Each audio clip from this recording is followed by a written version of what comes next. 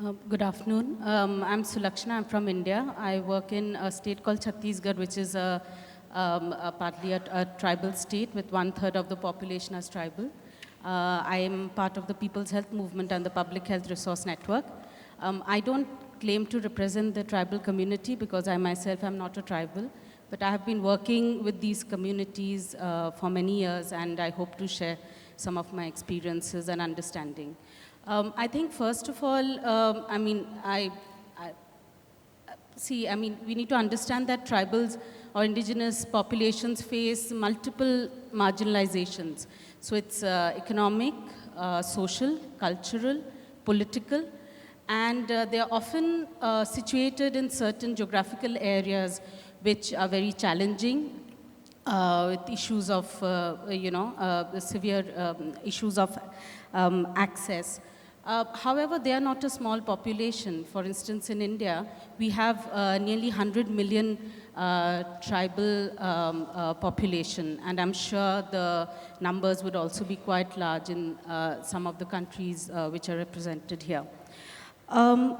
The tribal communities have been historically oppressed, and often in some places we see that they have been the original inhabitants, and however they've been forced to get displaced or shift more towards the forests and the more remote areas.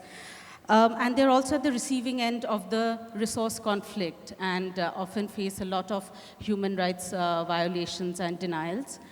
Because somehow the area where the tribal currently live are also very rich in natural resources. So there is a tension, and with more and more industries coming in, and that sort of really destroys the traditional livelihoods of the tribal communities and really impoverishing these communities. Also, they're not allowed to retain their own identity and have been subsumed, in a sense, in a lot of the mainstream religion and not allowed to practice a lot of their own traditional religious practices. So all this basically impacts on their food and nutrition and subsequently on their health.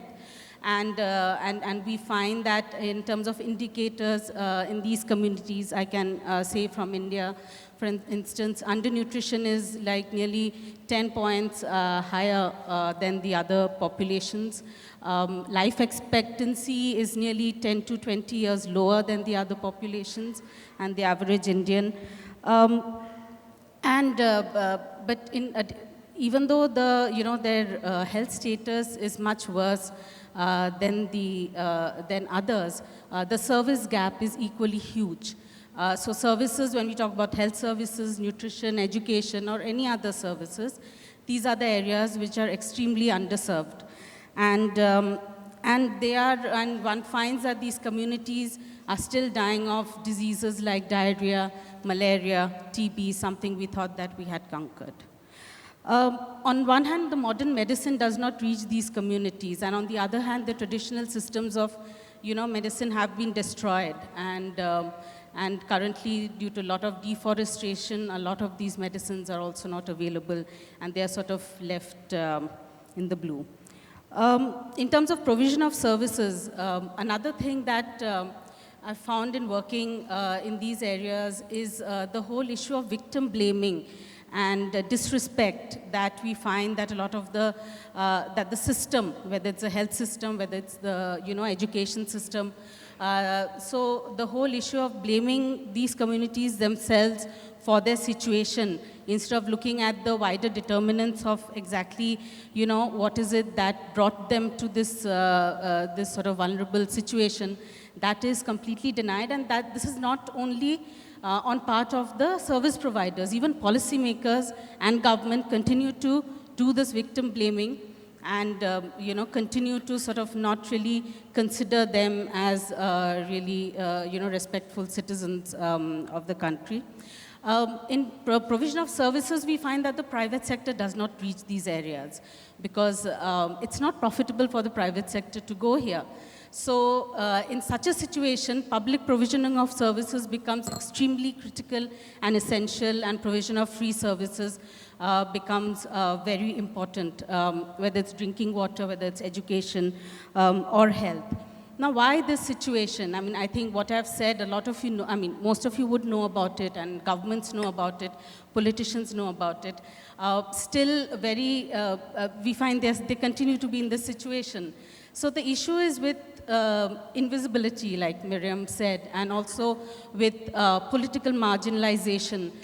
So they are, in a sense, neglected, and it's a, and I mean, if there is an intent and commitment to reach out to these communities, and I think there would be some examples where governments have done that, donor agencies have done that, but there does not seem to be intent and political intent for this, and the only way to resolve this is organizing these communities to bring out their voices, to participate in the decision making, to put them on plenaries like this,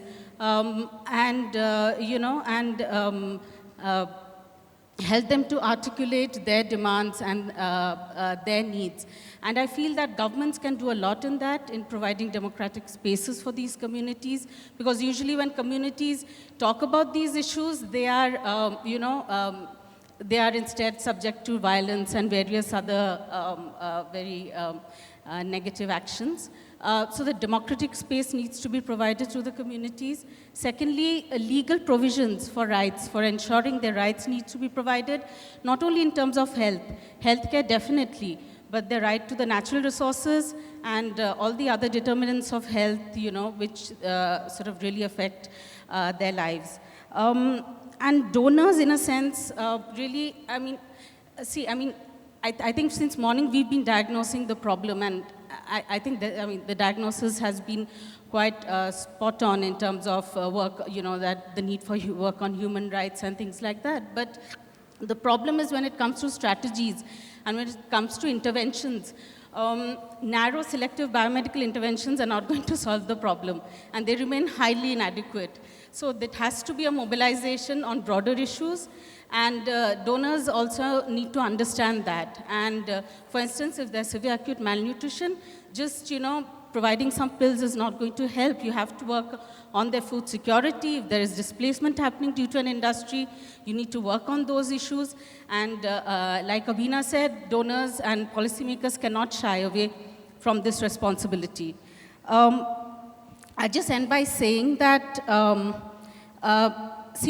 we can't depend on the private sector to reach these communities as far as, because the market forces go there only to extract and exploit.